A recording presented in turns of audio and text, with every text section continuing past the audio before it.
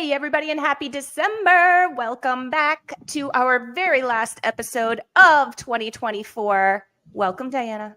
Hi, how are you? I'm wonderful. And you? Good. I'm feeling very festive today. You look very festive. I love the hat. And of course, it's Disney. Of course it is, Quick plug for the Disney snack Instagram. Heck yeah. Mouse food therapy. Mouse.food.therapy. I cover all of the snacks, including the Christmas ones that have come out this season. So go check it out. Love it. I love following you. It is so much fun. And it was cool to learn about the new Moana 2 food that came out. I saw that reel the other day. Yeah, that was very exciting to try for sure. I encourage everyone to go check it out. Well, we are not talking about Disney today, Dyanna. We are here to talk about couples like usual, but couples during the holidays. So it kind of adds an additional layer, does it not? Oh, it sure does. It sure does. We got to become magic makers now, too.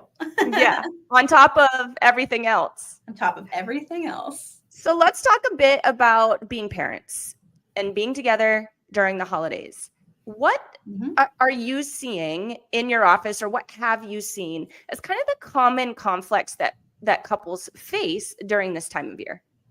Yeah, definitely. First one that comes to mind that a lot of parents are facing and couples are facing is like finances, like coming up with a budget for Christmas gifts, right? How to come up with a number that feels good to both people, and identifying like, where is that money coming from? Like, have we budgeted for that? Is it coming out of savings? Is it like, where is that money coming from? And how much money do we want to spend? And how much money do we want to spend on the kids versus how much money do we need to spend or want to spend on other family members or other people in our lives, right? Also coming up with a budget for like extra things that we want to do as a family, right? Like obviously looking at Christmas lights is free, but going to plays or programs, musicals, like things like that, like things that we want to do as a family, like how much are we budgeting for that every month or every few weeks leading up to the holiday? So finances is a big one. Also, most of the time there's an imbalance in the workload in terms of who's buying the gifts, who's shopping for the gifts, who's wrapping the gifts, who's deciding what the gifts are, you know what I mean? And generally, most of the time that falls on the default parent, and not always, but a lot of the times, like moms tend to be the magic makers, you know what I mean? Like we're the ones that are, oh, I've been planning this all year. I know what my kids are into. I know what sizes they are. I know who their favorite character is. Like, I know their favorite color, their favorite TV show, all of those things. We know all of those things. So we already like think a lot about what we're going to do, what we're going to get, right? And so sometimes we just like go for it and we start like getting the things, right? Sometimes the mom will stop and think like, I'm getting really stressed out and overwhelmed because I'm doing all of the things. And now, like, frankly, I'm pissed. Like, why are you not doing some of the things too, right? But when this is in part a generational pattern where like moms are the magic makers, like husbands and boyfriends aren't always thinking like about the same things on the same lines as the mom is, you know what I mean? Because maybe they saw their own mom do it growing up. Exactly. They're just going with the flow. Yeah, right? Like, and they saw dad Christmas morning just as surprised as the kids were at what was being unwrapped, right? Because like he didn't have a huge role in that, you know what I mean? So finding some balance in the gift, coming up with the gift ideas, and then buying the gifts, wrapping the gifts. Who's taking care of the in-laws, right? Like, are we taking care of each other's respective parents and siblings and family members and all of that? Like, who's planning the meals? Who's shopping for the meals? Who's hosting? If we're hosting, we're buying the food. How much money are we spending on the food? Are you going to buy the food? Am I going to buy the food? Are you going to help me cook the food? Like what's happening with that, right? So a huge one is the balance and roles and responsibilities, like during all the festivities during the holidays, and money. And then of course, number 3 is about, the boundaries, right? With like the family members, like how much time are we spending with family members? Which family members do we need to sort of make a little bit extra preparation for? Which family members are maybe not going to be invited this year? So some boundaries around that. There's a lot of difficulty with that because it is the holidays and people tend to be a little bit more nostalgic and feel a little bit more guilt and shame around some of the relationships with their families and feel obligated to invite them or host them or whatever. So that's a big one. And then I would say the last one, number 4, is like time spent together. And all of the whirlwind of things that are happening that I just talked about in the last like 3 minutes, we start to lose that intentional time together. And when we don't have time together, usually the first one that goes out the window is intimacy, right? Mm-hmm. And so when we're not doing that and we're not spending intentional time together, that can certainly cause some conflict in the relationship as well. So finances, balancing roles and responsibilities, boundaries with family members, and intentional time together. Those are like the big 4 that I see during this time of year pretty consistently. Yeah, that makes a lot of sense. And I mean, I have to say, I've felt some in all of that really to a certain degree, throughout the last couple of decades, of course. Approaching that, to me, in my mind, when you're like in your, say, first year, maybe it's your first Christmas together, right? Is going to look a little bit different than when you're maybe 5-10 years into these traditions, into these family gatherings and that sort of thing. So I would assume that along the way, communication is important, of course. But in that beginning, in that first, maybe experience with the holiday season, finding that balance between traditions on both sides, what is the best approach to that? I mean, obviously have a conversation, but sometimes that can be weird. Do you have any suggestions on opening that with your spouse or with your significant other or with your love interest, romantic partner, whatever you'd like to call them? Sure. Yeah. Excuse me. Sharing things that are really important to you tradition wise is a great way to start, right? Because like you're talking about yourself, you're talking about your own experience, and generally that's the best way to start like any conversation where you're trying to have like a potentially serious or tough conversation, right? It's like, something that's really important to me is that, we go to my parents' house on Christmas Eve because we have a big dinner and, we open a gift or whatever. Like, how do you feel about that? Like, tell me some like tradition that's really important to you, and talking about like what are really important traditions to us. And then perhaps even what's a tradition that you have in your family that like doesn't serve you, like that you don't love. You know what I mean? Like if you don't want to go to your great Aunt Linda's house, for breakfast on Christmas Eve, like if you don't want to do that, like that's fine. We don't have to do that. I support that. You know what I mean? Because we get to make our own rules. We get to make our own traditions. In that same breath, like, okay, now we have our traditions that we've decided we want to continue, that we want to do, that we want to create. Now let's talk about when we have kids. What sorts of traditions do we want to have with our kids? Do we have Santa? Do we not have Santa? Do we have an elf? Do we not have an elf? Do kids get, this many gifts every year? Should we expect to only spend this much money on each kid every year? Like what traditions do we want for our kids that are meaningful, that when we look back on our own childhoods, perhaps really means something when you have a kid that you don't really think about when you're just like a young adult or like an adult that just got married or a serious relationship. You might not think about like, oh, on Christmas Eve, I love to bake cookies. You know what I mean? But when you have kids, it's like, oh yes, like we have to bake cookies. You know what I mean? Like that's just something you have to do, because it's part of your tradition or whatever. You know what I mean? So planning ahead for like what that future looks like is really important too, and not waiting for it to happen. You know what I mean? I mean, one of the last things that you want in a committed relationship or a marriage is when you do have the kids, like, oh, I don't believe in Santa, teaching them about Santa, like it's lying. You know what I mean? Well, oh, I really love the tradition of Santa. Like, I really think we need to do that. I don't want to deal with the elf. Oh, the elf is really cool. You know what I mean? Like, you don't want to have those conflicts. Like once the kid's already here, like ideally you want to have like those conversations ahead of time. You know what I mean?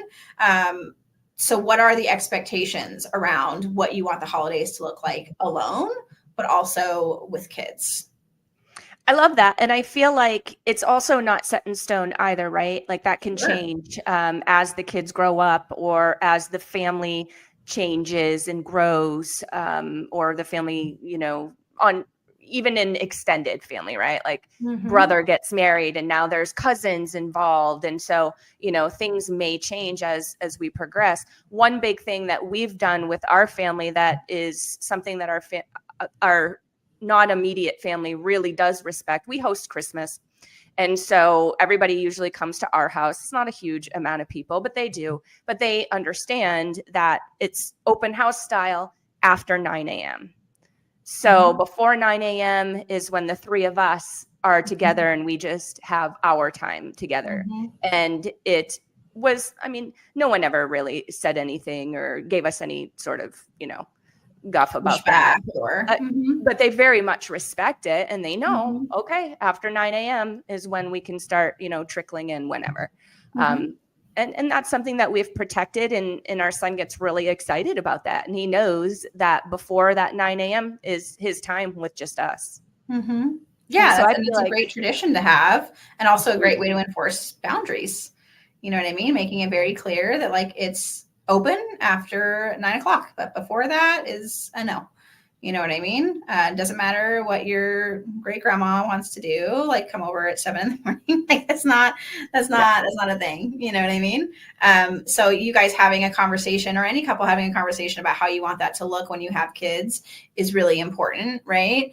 The other caveat to that too, that not a lot of people talk about is, we've touched on before about how your role in a relationship changes when you become a parent, right? Like you're no longer husband, wife, boyfriend, girlfriend, but like now you're a parent. And so when you take on that extra role, a lot of things change. Intimacy changes, but also like roles and responsibilities change. Like how often do we have the conversation before we have kids that like, okay, so when we do have kids, you cook the meals, I do the dishes, you make the list for the kids, and then you do the shopping, and then you do the wrapping. And like, these are all things that are like your responsibility.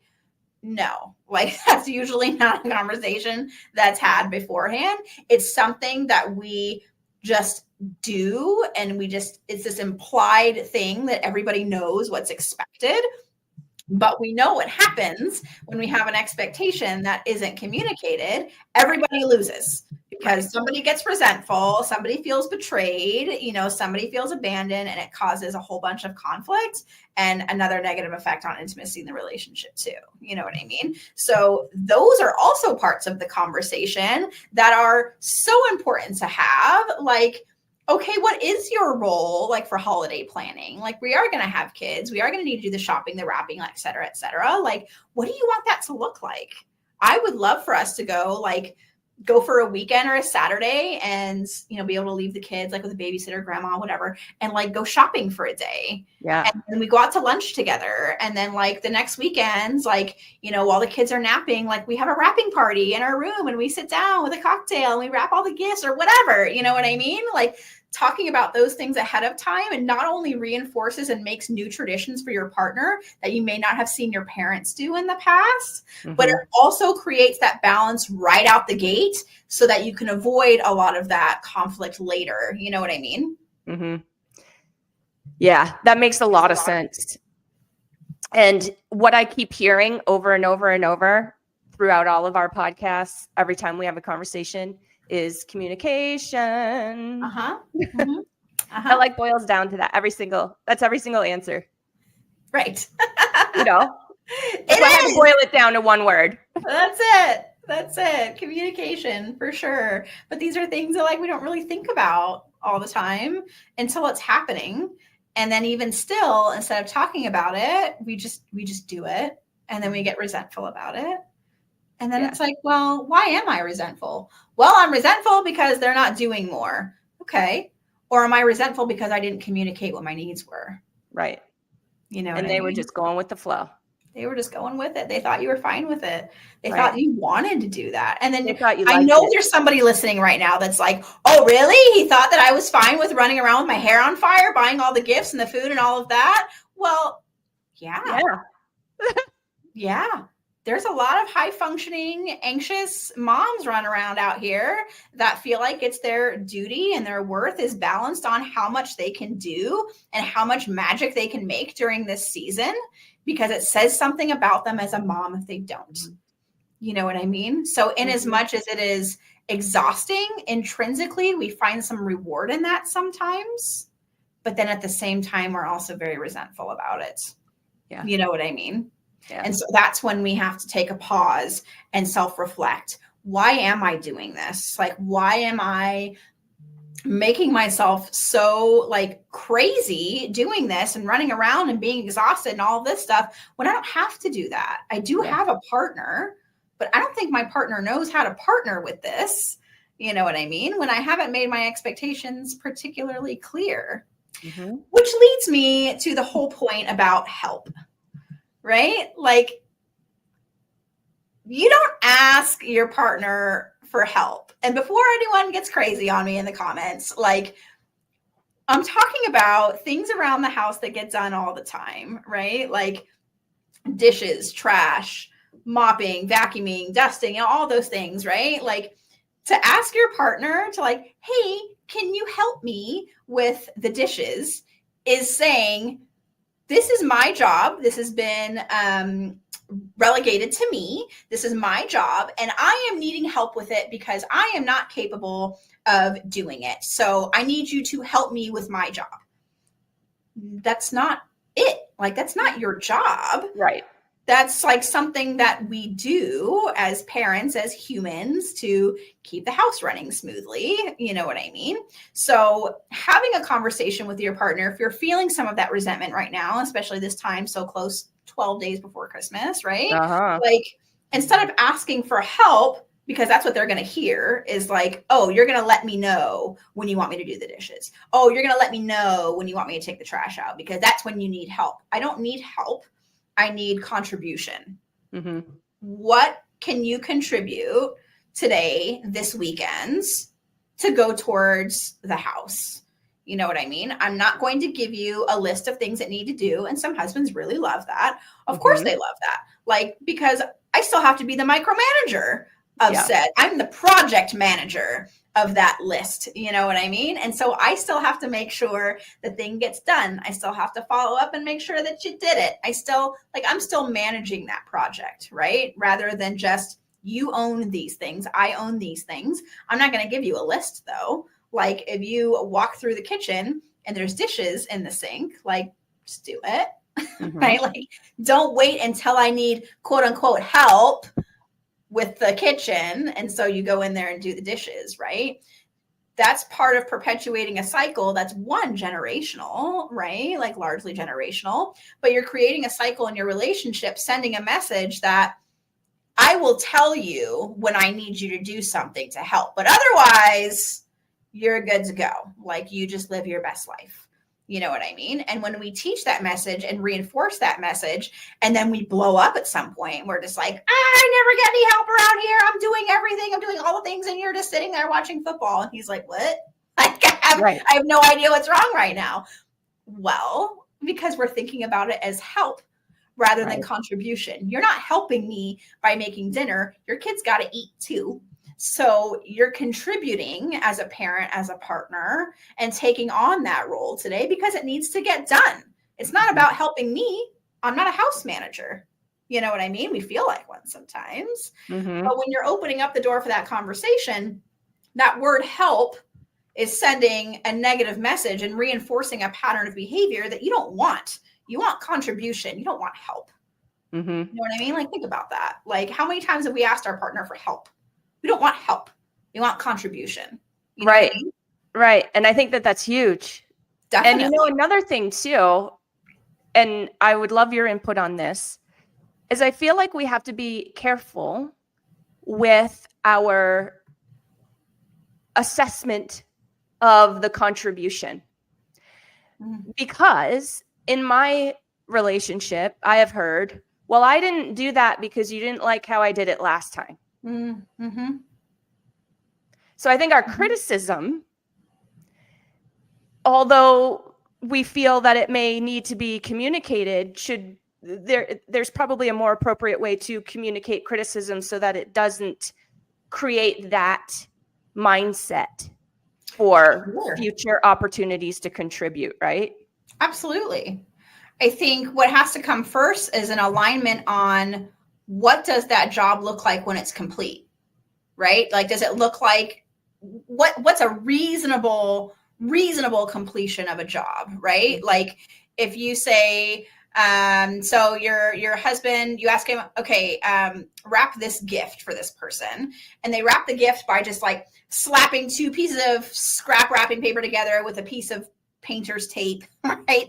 And you're like, are you kidding? And they're like, well, I wrapped it. Okay, that's not reasonable. Like, that's not a reasonable assessment of what like a wrapped gift looks like, right? So like if I'm asking you to like do something like to wrap a gift or to clean a bathroom or something like that, like can we align on what that looks like?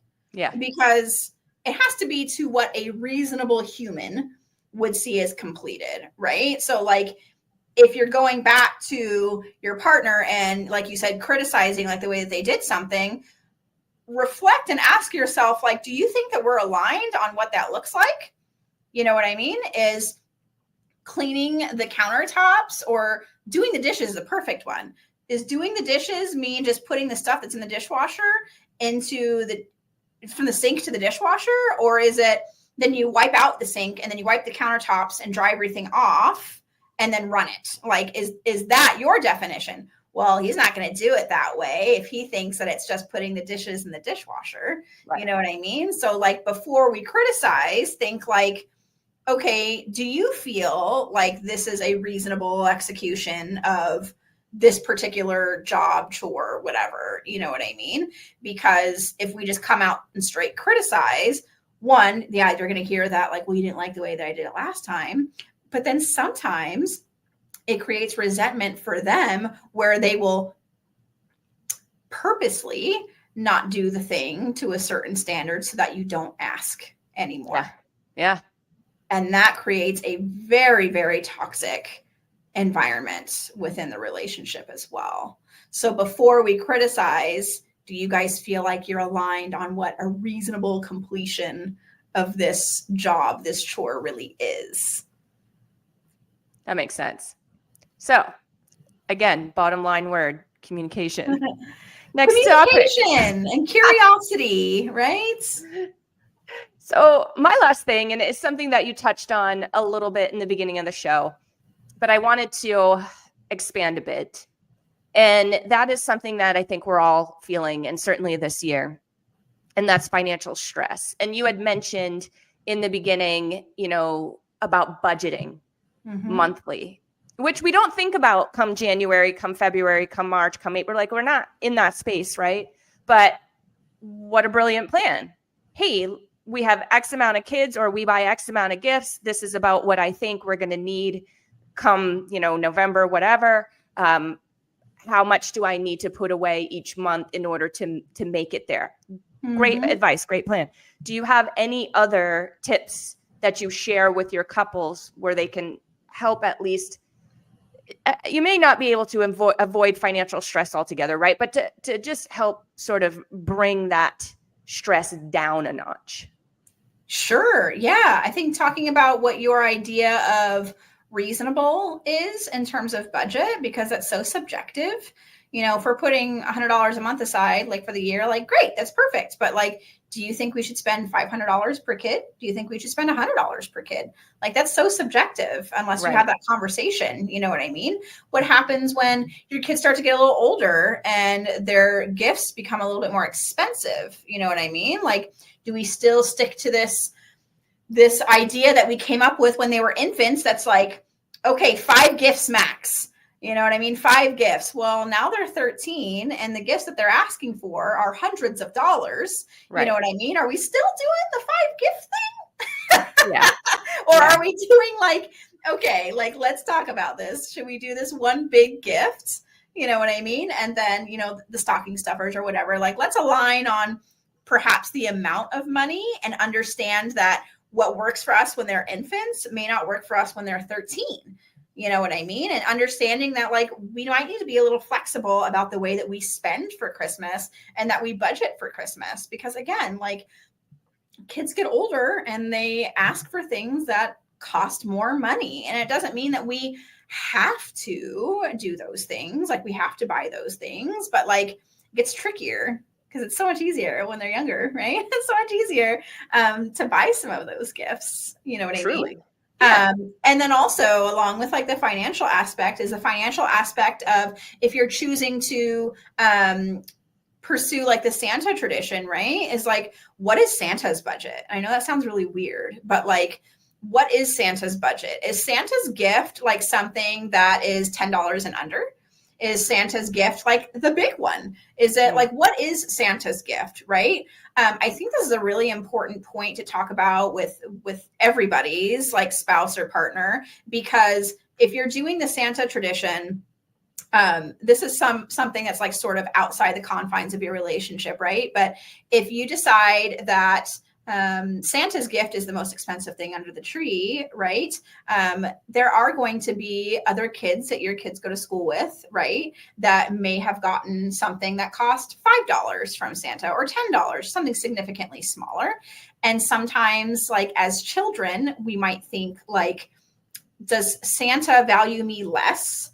Right. Because my gift was so much smaller than your electric skateboard or whatever, you know what I mean? So thinking about like, what role do you want Santa to take in your overall traditions? That's a little bit about the traditions too.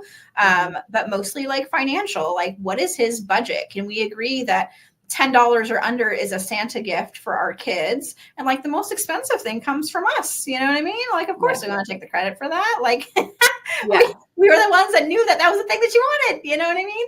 And it makes things easier later in life. Yeah. When Santa tradition's over. Absolutely. Yeah. So again, it's sort of outside the confines of a relationship too, but keeping the Santa budget in mind, I think is not only going to be helpful from a financial conversation, but also like a teaching our kids that if you follow the tradition of Santa, one, protect other kids, you know, by keeping that, if they no longer believe, but keeping that, but also recognizing that like you are no more or less special because of the value of the gift that you received. You know what I mean? Because your kids, our kids are going to be friends with, be exposed to kids from all different walks of life that come from all different backgrounds. And I think keeping that in mind from a financial perspective is really important, just to be a good human. I agree 100%. And that we've seen how many posts, like countless posts about that this year. And I think that's important. Also, my last thing, another common post that I see, and I wonder how you feel about this, is moms asking other moms or other parents what they do spend on their kids. And something that you said was really stuck out to me was it's subjective. It depends. Like it's not every family is the same. And so it kind of hurts my heart sometimes because you see a vast difference. And, you know, some people I think maybe take that a bit personally, take it to heart and feel that they're not doing for their kids that other kids are, you know what I'm saying? Like that can be a heartache right there. Absolutely. The need to feel like need to keep up. Yeah. You know, keep up with the Joneses, so to speak, you know, like being able to contribute or finance a certain type of Christmas that we have in our minds. But I can promise you that for parents that have those sorts of concerns are parents that care so much about their kids' experiences. And those kids are not going to grow up and think like, you know, oh, my parents didn't spend $500 on my Christmas when I was 7. You know, they're going to remember, they're going to have the memories of how that time was spent and the thoughtfulness that went behind the gifts that were bought or given or made. You know what I mean? Those are concerns and shame and guilt that we impose on ourselves. So true. For our kids. It's almost like trying to prevent them from feeling some sort of way when they're adults, when we don't actually have any evidence that that's going to happen. Right. You know what I mean? So putting that out there, those posts about like, how much do you spend? You're right. It's 100% subjective, right? But it's also not a great way to view ourselves and our contributions as parents, because our contributions as parents don't come down to dollar signs. Yes, we do need to like take care of our kids' basic needs. Like that's what we signed up for, right? But like our ability or inability to provide an expensive or extravagant Christmas, our own parenting is not contingent on that. Yeah, big. It's not. So big. I clipped it right there because that one's going into a clip, Dyanna, because I think the whole world needs to hear it, especially around this time of year. Absolutely. There's so much pressure to give your kids this magical, most wonderful Christmas, best Christmas they've ever had. And, you know, you're setting yourself such a high bar that you may not be able to hit one year. And that's not what the other 364 days of this year are about. Right. Is this one day and the gifts that you're able to provide. What about all of the love and all of the intent and all of the time spent and all of the things that don't cost money that you contributed as well? We get more hung up on money as adults than our kids do. You know what I mean? It gets harder as they get older. They want to like see what their friends have. They want to experience the things their friends do. And like, that's okay. Like that's natural. You know what I mean? But if they see us feeling some sort of way or feeling some sort of shame or guilt, then like, they're going to feel that way too. Yeah. You know what I mean? We project our own reflections of our life and how we feel about ourselves. We project those onto our kids. They don't actually feel those things. We do. Mm-hmm. You know what I mean? So true. So true. And I think that is a wonderful last piece to send away 2024 on, unless, of course, there is anything else that you think is important to add. Take a break. Whoever's listening to this right now, like take a break. You deserve a break. You deserve to find pleasure in something that's just for you. Go to coffee by yourself. Go buy yourself a little something, or treat yourself to a nice lunch, or do something for you. We give and give and give all year round. All year. And then we just really put the pedal to the floor during Christmas time, right? And we're all out here being the best magic makers that we can. But you can't do that if you're not treating yourself too and taking care of yourself too, because you all deserve to feel just as magical as you're trying to make your kids feel this season. I totally agree with that. And I wish that more of us would do that more often, not just during this season, because quite honestly, we need it more than we think. Absolutely. Absolutely. All right. Well, everybody, we will be back in 2025. We actually, before we got on the show, we discussed our first topic of what it's going to be in 2025. And you guys need to come back because you need to digest this topic. I'm pretty excited about it, and it's huge. It's big, it's giant, it's on the lips of everybody out there. So we'll be coming back in 2025 with some new, fresh topics with our very favorite certified couples counselor, Dyanna. Thank you so much for another year well done. Thank you so much for having me. I love it. Of course. If you guys want to check out any of our previous episodes from 2024 or 2023 or 2022, I don't know. Did we start in 22? Now I lose count. I'm like, are we on our third year? Yeah, I've lost count. I don't know. I don't know either. We're having fun. Trivia question. Go back to our YouTube. It is at Mom Nation USA. That's our handle. And figure out when our first episode was. Let us know. Let us know in the comments. Yeah. On your favorite podcast platform, it is Mom Nation Talk Radio. Just do a quick search, and there you will find us. Download, like us, set the notifications, all the things, and you will never miss an episode. We will see you next year. Merry Christmas. Bye. Happy New Year.